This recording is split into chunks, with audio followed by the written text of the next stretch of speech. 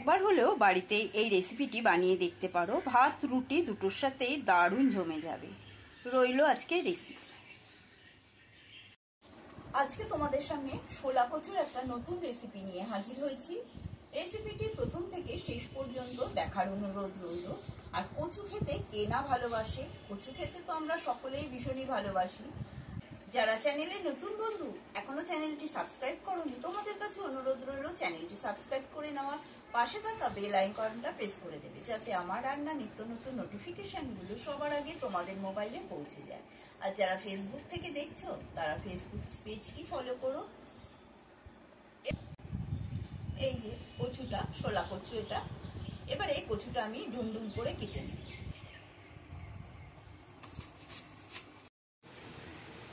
কচুটা কেটে নেওয়া হয়ে গেছে, এরকম ডুমো ডুমো করে কেটে নিয়েছি। তোমরা তোমাদের পছন্দ মতন কেটে নিতে পারবে।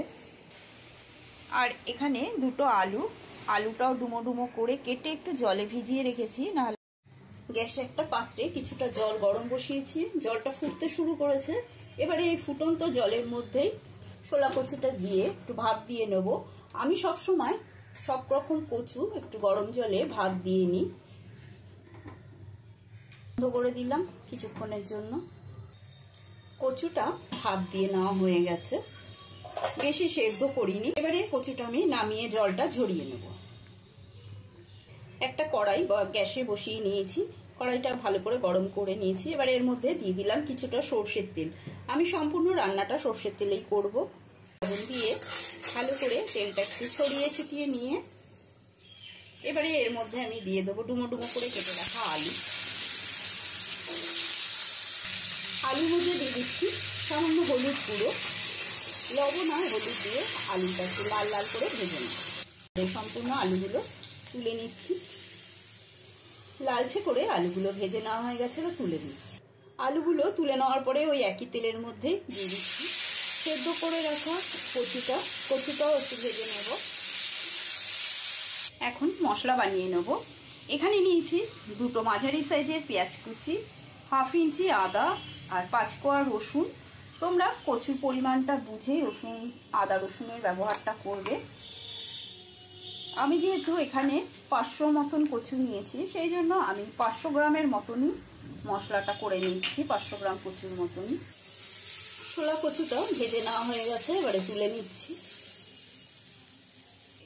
আদা রসুন পেঁয়াজের পেস্ট হয়ে গেছে, এবারে এটা আমি একটা বাটির মধ্যে নামিয়ে নিচ্ছি। আদা পেঁয়াজ রসুনের পেস্ট নামিয়ে নিয়েছি। এবারে এখানে নিয়েছি একটা টমেটো আর নিয়েছি 7-8টা কাঁচা লঙ্কা। কচুতে একটু ঝালের পরিমাণ বেশি দিলে কচু খেতে বেশি ভালো লাগে। এবারে এটাও মিক্সার জারের মধ্যে দিয়ে পেস্ট করে নেব।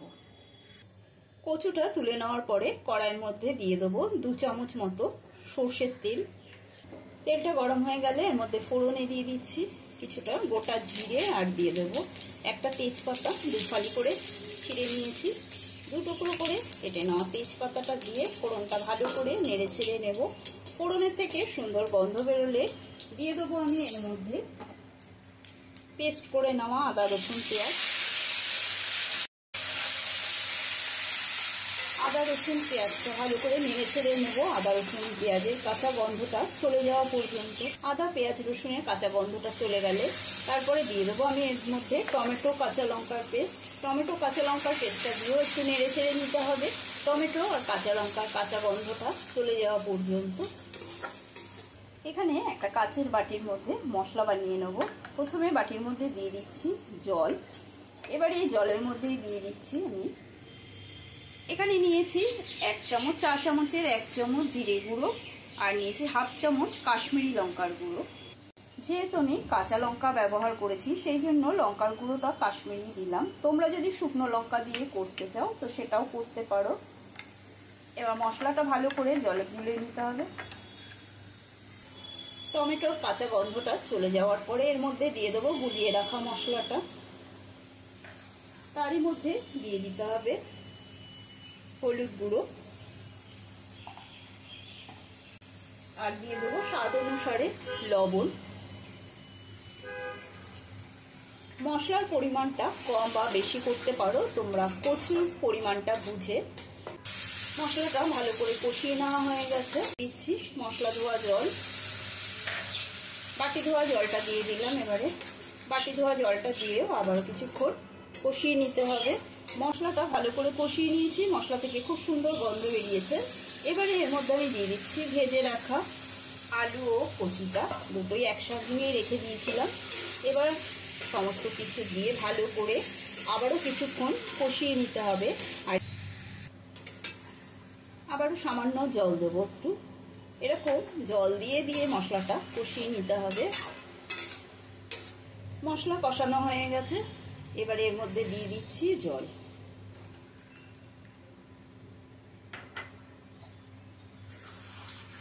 আমি এখানে 1 বাটি জল ব্যবহার করলাম, যেহেতু কচুটা আগে একটু সেদ্ধ করে নিয়েছি সেই জন্য, আর আলুটা তো ভাজতে ভাজতেই সেদ্ধ হয়ে গেছে। এখন কিছুক্ষণের জন্য ঢাকাটা বন্ধ করে দেব। এখানে নিয়েছি কিছুটা গরম মশলার গুঁড়ো। এবার গরম মশলার গুঁড়োর মধ্যে একটু জল দিয়ে গুলিয়ে নেব।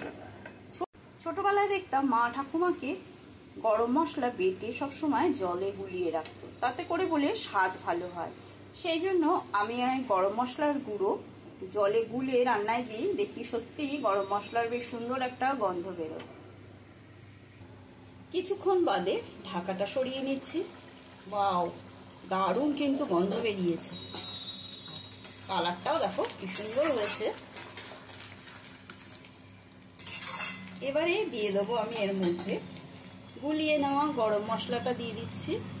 গরম মশলাটা দিয়েও ভালো করে প্রথমে নেড়ে চেড়ে নিয়ে ঢাকাটা বন্ধ করে গ্যাসটাও বন্ধ করে দিতে হবে, আর কিছুক্ষণের জন্য স্ট্যান্ডিং টাইমে রেখে দেবো। আজকের মতো শোলা কচুর ডালনা কমপ্লিট। রেসিপিটি তোমাদের নিশ্চয়ই ভালো লেগেছে। ভালো লাগলে একটা লাইক দিয়ে দেবে, আর প্রত্যেকবারের মতো কমেন্ট করে জানাবে রেসিপিটি তোমাদের কেমন লাগলো। আর পারলে একটু বেশি বেশি করে শেয়ার করে দিও। আজকের মতন এই পর্যন্ত, আবারও নতুন কোনো রেসিপি নিয়ে হাজির হব। সকলেই সুস্থ থাকবে, ভালো থাকবে। ধন্যবাদ।